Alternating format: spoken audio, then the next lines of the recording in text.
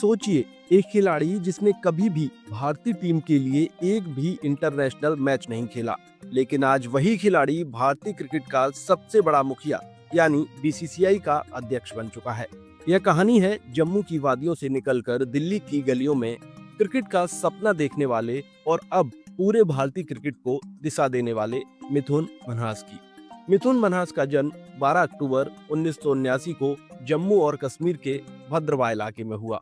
छोटे से पहाड़ी कस्बे से जन्मे मिथुन के पास साधन सीमित थे, लेकिन सपने बहुत बड़े। उनका दिल क्रिकेट में बसता था। पढ़ाई और सीमित संसाधनों के बीच उन्होंने तय कर लिया था कि चाहे कितनी भी मुश्किलें आए, क्रिकेटर बनना है। और इसी सपने को पूरा करने के लिए मिथुन जम्मू से दिल्ली आ गए। दिल्ली पहुंचकर उन्होंने क्लब क्रिकेट खेला, छोटे बड़े टूर्नामेंट में हिस्सा लिया और धीरे धीरे चयनकर्ताओं की नजर में आए। वे दाएं हाथ के बल्लेबाज थे, जरूरत पड़ने पर गेंदबाजी और विकेट कीपिंग भी कर लेते थे। उनकी पहचान बनी एक भरोसेमंद मिडिल ऑर्डर बैट्समैन के तौर पर। साल दर साल उनका प्रदर्शन बेहतर होता गया। मिथुन मन्हास ने अपने करियर में 157 फर्स्ट क्लास मैच खेले और 9,714 रन बनाए। उन्होंने 27 शतक और 49 अर्धशतक और उनकी सबसे बड़ी पारी रही 205 not out. List A cricket में उन्होंने 4,126 रन और टी20 फॉर्मेट में 1,170 रन बनाए। लेकिन सिर्फ रन ही नहीं, उनकी सबसे बड़ी ताकत थी टीम को संभालना और दबाव में रन बनाना। 2007-8 का रणजी सीजन उनके करियर का सबसे यादगार पल था। उस सीजन में मिथुन मन्हास ने 921 रन बनाए, औसत लगभग 57 का रहा। दिल्ली टीम, जिसकी लंबे समय से ट्रॉफी की प्यास अधूरी थी, उसी सीजन में रणजी ट्रॉफी चैंपियन बनी। कप्तान के तौर पर मन्हास की यह सबसे बड़ी उपलब्धि थी, जिसने उन्हें देश भर में पहचान दिलाई। 2008 में जब इंडियन प्रीमियर लीग आईपीएल शुरू हुआ तो मिथुन मन्हास भी उसमें शामिल हुए। उनका आईपीएल सफर 2008 से 10 तक दिल्ली डेयरडेविल्स के साथ रहा। इसके बाद 2011 से 13 तक वो पुणे वॉरियर्स इंडिया के लिए खेले। यहाँ उन्होंने 3 सीजन खेले, लेकिन टीम का प्रदर्शन औसत रहा।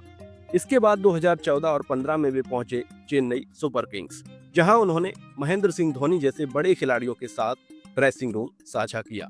कुल मिलाकर मिथुन मन्हास ने आईपीएल में 55 मैच खेले और 514 रन बनाए। 2014 में सीएसके के लिए उन्होंने 12 मैच खेले। हालांकि मौके कम मिलने के कारण उनके प्रदर्शन पर असर पड़ा।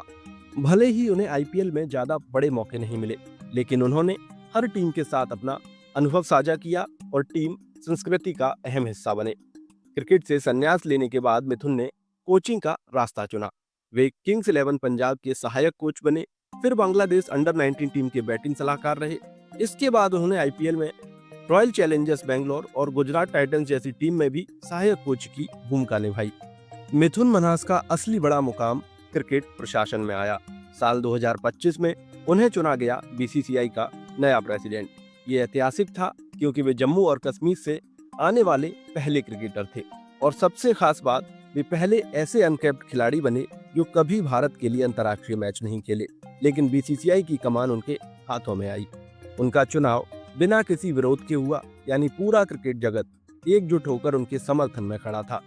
मिथुन मन्हास की यात्रा हमें सिखाती है कि सपने पूरे करने के लिए इंटरनेशनल लेवल पर खेलना ही सब कुछ नहीं होता।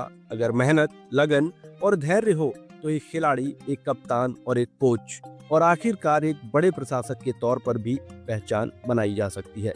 आज मिथुन मन्हास सिर्फ जम्मू कश्मीर के ही नहीं, बल्कि पूरे देश के क्रिकेटरों के लिए एक प्रेरणा है। उनकी कहानी हर उस युवा को संदेश देती है कि पृष्ठभूमि छोटी हो सकती है, संसाधन कम हो सकते हैं, लेकिन सपने कभी छोटे नहीं होने चाहिए। यह कहानी थी मिथुन मन्हास की, जिन्होंने बल्ले से रणजी में रनों की इमारत खड़ी की, कप्तानी से दिल्ली को चैंपियन बनाया, आईपीएल में दिल्ली, पुणे और चेन्नई जैसी टीमों का हिस्सा बने, कोचिंग से नई पीढ़ी को निखारा और अब प्रशासन से भारतीय क्रिकेट का भविष्य संवार रहे हैं। वाकई यही है असली स्ट्रीट स्मार्ट क्रिकेटर की यात्रा। दोस्तों, आप लोगों को मिथुन मन्हास की ये जर्नी कैसी लगी कमेंट सेक्शन में जरूर बताइए, और अगर अच्छी लगी हो तो लाइक और शेयर करने के साथ चैनल को सब्सक्राइब भी कर लीजिए। मिलते एक ऐसी धमाकेदार वीडियो में, तब तक के लिए धन्यवाद। जय हिंद।